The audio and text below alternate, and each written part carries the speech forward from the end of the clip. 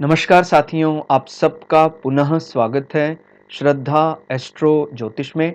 आज हम लोग डिस्कस करने वाले हैं विश्व विजेता सिकंदर या अलक्षेंद्र की जन्म कुंडली के बारे में। और ये रिकॉर्डेड डाटा हमने एस्ट्रोलॉजर पंडित के पाठक जी के रेफरेंस से लिया है। और निश्चित रूप से ये कुंडली उन पर एकदम सटीक बैठती है। जब कभी भी हम एक ऊर्जा की बात करते हैं, एक जनरल की बात करते हैं, कमांडर की बात करते हैं, तो निश्चित रूप से दिमाग में सबसे पहले आता है मंगल। और मंगल के भी दो रूप हैं। एक है मंगल का वृश्चिक और एक है मंगल की मूल त्रिकोण राशि यानी मेष। तो जो मेष लग्न अगर जन्म लग्न है तो निश्चित रूप से व्यक्ति बहुत कमांडिंग नेचर होगा। और ऐसा दिखाई देता है बहुत ही कम आयु में, यानी 32 वर्ष की आयु में उन्होंने जो ज्ञात विश्व था, माने उस समय तक ऑस्ट्रेलिया और अमेरिका उपमहाद्वीप और पूरे महाद्वीप का ही पता नहीं था, यानी उत्तर अमेरिका दक्षिण अमेरिका कोई जानकारी में नहीं था उस समय। तो बस एशिया का ही मुख्य रूप से, एशिया अफ्रीका यूरोप का ही मुख्य रूप से नाम आता था। और ऐसी परिस्थितियों में जब कोई बहुत ज़्यादा ट्रैवलिंग के साधन, कोई बहुत संचार के साधन भी नहीं थे उस समय पर, इतने अपने साम्राज्य का इतना बड़ा विस्तार करना, ये तो वही कर सकता है जिसका शौर्य कमाल का हो। तो आप देख सकते हैं कि इनका जो मूल त्रिकोण राशि है, मूल त्रिकोण यानी ऑफिस एनवायरनमेंट मंगल का, वो लग्न में आ रहे, माने लग्न मेष लग्न आ रहा है और उसका स्वामी पराक्रम भाव में बैठा। तीसरा भाव पराक्रम बताता, यानी देखिए, एक इस बात पे समझने वाली बात क्या है, इनका पराक्रम मुख्य रूप से बुद्ध, क्योंकि घर बुद्ध का है, लेकिन उसमें इंस्टेंटेनियस इंपैक्ट किसका आ रहा है, मंगल का। मूल रूप से सिकंदर को जब कभी भी, या अलक्षेंद्र को हम जब के बारे में पढ़ते हैं, कहते हैं बहुत मुश्किल था उनके रूप को समझना। वो बड़े सॉफ्ट भी थे, लेकिन जब उनको कोई कमजोर आंक लेता था कि भाई बहुत ही कम उम्र का लड़का क्या कर सकता है, ऐसा जब ये सिकंदर राजा बने थे उस समय एथेंस में कई लोगों ने समझा ये कम उम्र का लड़का क्या कर सकता है। तो फिर उन्होंने अपने पराक्रम का परिचय दिया और बड़ा रौद्र रूप दिखाया। ठीक हो गया। तो क्योंकि मंगल यहां बैठकर 1 2 3 4 चौथी दृष्टि से जो हमारे कहते हैं ये तो हमारे इनिशिएटिव है, ये कार्यों का पूरा करना, कंपटीशन ओवरकम करना, वहां देख रहा है चौथी दृष्टि से। फिर 5 6 7 सातवीं दृष्टि से ये हमारे भाग्य भाव को देख रहा है जो लग्नेश है। ठीक हो गया। और पिता भाव भी माना जाता है। और 8वीं दृष्टि से ये अपने कर्म क्षेत्र को भी देख रहा है।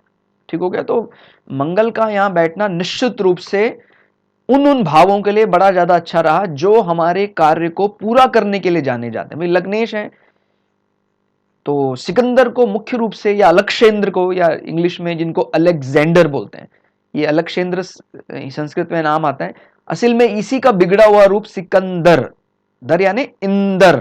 ठीक हो गया। तो ध्यान रखना है, वो इंद्र यानी हम बोलते हैं जीत को बोलते हैं इंद्र, या देवताओं का राजा। तो उस प्रकार से ध्यान रखना है कि मुख्य मुख्य इस कुंडली का बल, जैसे हमने पहले भी डिस्कस किया था, लग्नेश और राशि का जो स्वामी है उसकी स्थिति देखते हैं। तो लग्नेश कहां बैठे हैं, पराक्रम भाव में। मंगल तो नाम ही पराक्रम है, पूरा शौर्य का परिचय दिया, लेकिन ये मुख्य रूप से क्रोधाग्नि के करने के लिए नहीं बने थे। ठीक हो गया। सिकंदर को खाली लोग क्रोध के लिए नहीं जानते थे, इनका जो बात करने का तरीका वो कमाल का था। तो इसका स्वामी कौन है, घर का स्वामी बुद्ध। बुद्ध को बातचीत में कौन हरा सकता, अपने से दो होकर बैठा है चतुर्थ भाव में।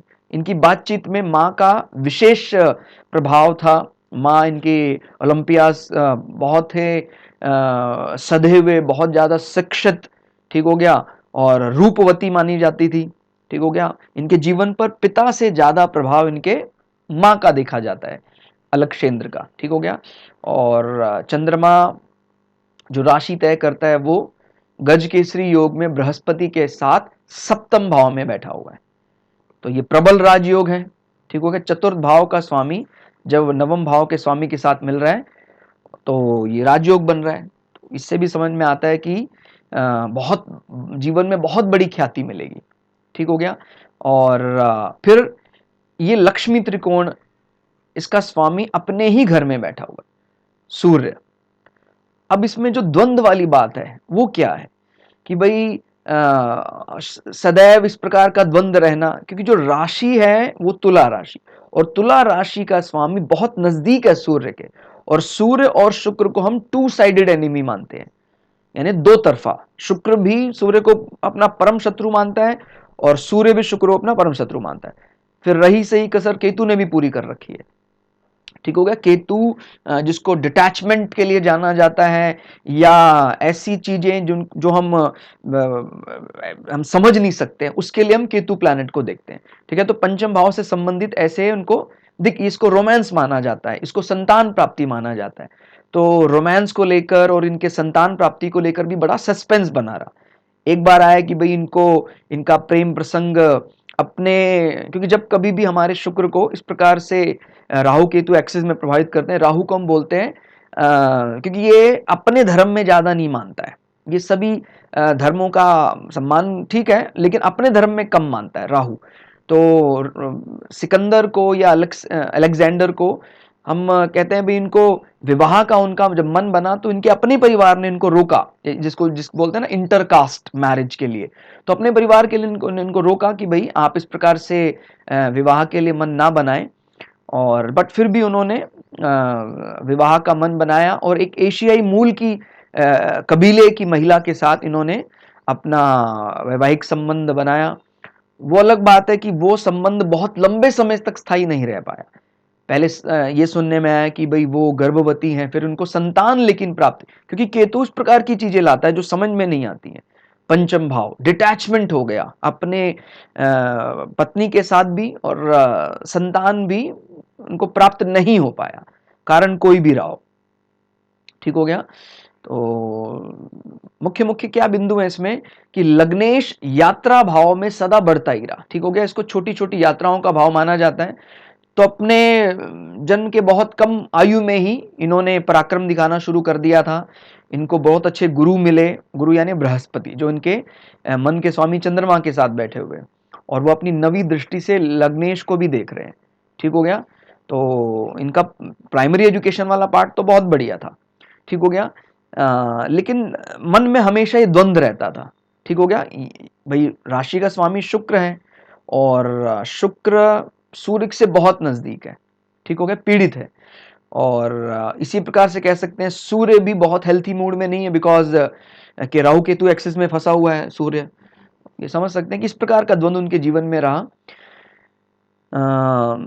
तो ये छोटी यात्राओं का भाव माना जाता है। तो निरंतर यात्रा माने, अगर हम उनके जन्म स्थान मैसिडोनिया से देखते हैं तो चलते चलते चलते कई हजार किलोमीटर, यानी 18,000 किलोमीटर लगभग उन्होंने अपने जीवन में यात्रा की, और बहुत कम आयु में अपने साम्राज्य का विस्तार किया। सिर्फ 32 आयु ही उनकी रही।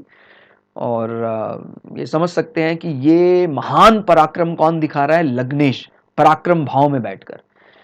अब लेकिन सिकंदर महान को एक किंग से ज्यादा एक कमांडर के रूप में जाना जाता है। भाई जैसे बड़े बड़े कमांडर नेपोलियन बोनापार्ट भी रहे, वो भी कहते हैं भाई मैं सिकंदर के जो कमांडिंग नेचर से बड़ा इंस्पायर हूं। जब बोलते थे तो अपनी बटालियन के या अपनी सेनाओं के जो भी मुख्य मुख्य लोग हैं, यहां तक कि जो छोटे सैनिक, उनको भी कई बार नाम लेके बुलाते थे, तो वो एकदम मोटिवेट हो जाते। तो ये सब कहां से आ रहा है? बुद्ध का इंटेलिजेंस भी है और मंगल का पराक्रम भी है। भाई बुद्ध अपने से दो होकर बैठा हुआ है। ठीक हो गया। चतुर्थ भाव में बैठा हुआ है, जो मातृभूमि की बात बताता है।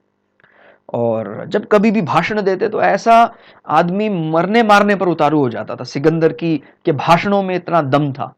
ठीक हो गया। और इतनी छोटी सी सेना से इन्होंने शुरुआत की और पूरे विश्व को अपना अधीन कर लिया। ठीक हो गया।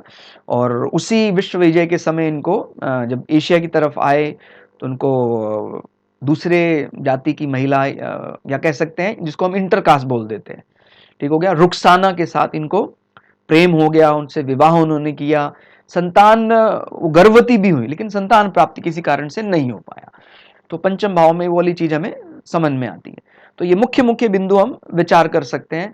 कुछ व्यूअर्स ने कमेंट किया कि सर पूरी कुंडली चर्चा करनी चाहिए। बहुत कठिन है, पूरी कुंडली के लिए हम तो समय सीमा में बंधे हुए हैं, तो मुख्य मुख्य बिंदु लाएंगे। हाँ, ये जरूर कर सकते हैं कि जैसे हमने इतना सेक्शन कवर कर लिया, फिर कभी हम कुंडली को लाएंगे और फिर से कुछ बिंदु और डिस्कस करेंगे, बिकॉज पूरी कुंडली तो करीब करीब इम्पॉसिबल सी बात है कि भाई हम हर भावों को, लेकिन आप कुछ भाव भी समझ जाते हैं तो उनको लिंकअप कर सकते हैं कि किस प्रकार से वहां, अब जैसे इच्छा पूर्ति का भाव है 11वां भाव, और राहु को स्वग्रही जैसा माना जाता है कुंभ राशि में, और फिर राहु किस राशि, माने ये राशि किसकी शेयर कर रहे हैं, शनि की, तो शनि अपनी दशम दृष्टि से देख भी रहा है, बहुत बली हो गया इच्छा पूर्ति भाव भी, ठीक हो गया। तो ये ध्यान रखना है इसमें।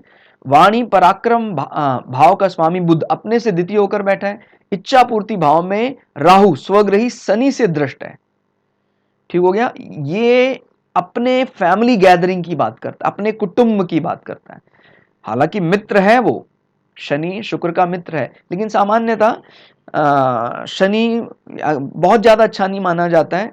और अगर मान लीजिए इस घर का स्वामी जो शुक्र है वो भी बच जाता तो हमारा काम चल जाता। अब शुक्र कहाँ बैठा हुआ है, फायरी साइन में बैठा हुआ है, और स्वयं उसका स्वामी जो उसका परम शत्रु वो साथ में बैठा है, तो कुटुंब को का वो कभी अपने जीवन में प्रेम अनुभव नहीं कर पाए, ठीक हो गया। सदा यहाँ सुख मिलेगा वहां सुख मिलेगा, चलते रहे। इजिप्ट पर भी अपना कब्जा कर लिया, यानी अफ्रीका भी करीब करीब उनके अधीन था, ठीक हो गया। और जहां जहां माने उस समय संपदा थी, पूरे अफ्रीका में, पूरे यूरोप में, पूरे एशिया में, वहां अलेक्जेंद्र या सिकंदर महान को जाना जाता था, ठीक हो गया। पंजाब, भारत में भी पंजाब तक ही आए थे, और पंजाब के राजा के हौसले देखकर फिर उन्होंने आगे बढ़ने का मन त्याग दिया। मतलब माने वो मगध की सेना के साथ फिर उनकी आमना सामना नहीं हुआ, और वहीं से वो रिटर्न हो गए, लेकिन वो फिर अपने मातृभूमि में नहीं पहुंच पाए। इस प्रकार का द्वंद्व जीवन में रहा। तो जो ब्रेक लगा वो क्या दिखाता है भाई, केतु शुक्र का सूर्य से मिलन विश्व विजय में बड़ी बाधा बना, ठीक हो गया, क्योंकि ये इच्छा पूर्ति भाव को भी देख रहा है, और ऐसा इस प्रकार का द्वंद्व है कि भाई यहां जंग के मूड में बैठे हुए हैं, और शुक्र जो जो राशि का स्वामी है उसको बहुत ज्यादा यहां टॉर्चर मिल रहा है, इसीलिए इनका विश्व विजय का सपना अधूरा रह गया। माने इनके मुताबिक, हमारे यानी अगर हम वैसे बात करते तो ऐसा योद्धा आज तक ना हुआ ना आगे होगा, ठीक हो गया। भाई आप कभी इसको विचार करके देखिएगा, मैं कोई अतिशोक्ति या अन्योक्ति अलंकार नहीं लगा रहा हूं, कि जो ज्ञात जगत था उस समय, इतने सालों बाद भी आज उनका नाम उतने ही सम्मान से लिया जाता है, तो कितना ज्यादा पराक्रम रहा होगा उनका। लेकिन उनके मुताबिक, क्योंकि वो तो असीमित की कल्पना में आए थे कि भाई मुझे पूरे पूरे विश्व को जीतना है, तो एस्ट्रोलॉजिकल दृष्टि से ये केतु शुक्र और सूर्य का मिलन ही विश्व विजय में बड़ी बाधा बना। और जो पंचम भाव का द्वंद्व है वो संतान में और उनके प्रेम संबंधों में बड़ी अनिश्चितता की बात करता है, ठीक हो गया। रुखसाना के साथ उनको एकदम से उन पर दिल आ गया, मोह हो गया। वो एक कबीले के सरदार की बेटी थी, उन पर उनका दिल आ गया। परिवार ने, उनकी माँ ने भी विरोध किया ओलंपियास ने कि भाई उनके साथ हमारा नहीं बनता है हिसाब किताब, उनका जो जीवन शैली है। लेकिन अलेक्जेंद्र ने या सिकंदर ने उनसे विवाह किया, और लेकिन वो फिर ज्यादा दिन चल नहीं पाया, ठीक हो गया।